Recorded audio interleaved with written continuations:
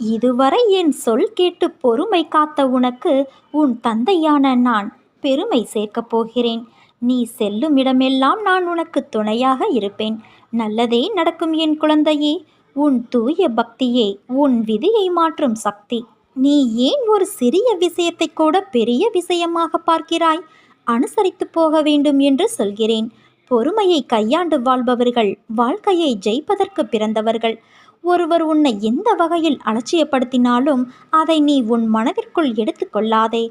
புறக்கணிப்பு என்ற இடத்தில்தான் உனக்கான சரித்திரம் உருவாகிறது. அந்த இடத்திலிருந்துதான் விருட்சமாக நீ வளரப்போகிறாய். நான் மட்டுமே அனுசரித்து போக வேண்டுமா என்று நினைக்காதே. நீ இப்படி நினைத்தால், இப்படியே இருந்தால் இறுதியில் சண்டையிலும் வாக்குவாதங்களிலும் தான் முடியும். அமைதியாயிருப்பது சிறந்தது. பல பிரச்சனைகளிலிருந்து உன்னை காக்கும் கவசமாய் அது விளங்கும். அமைதியாக உன்னை நீயே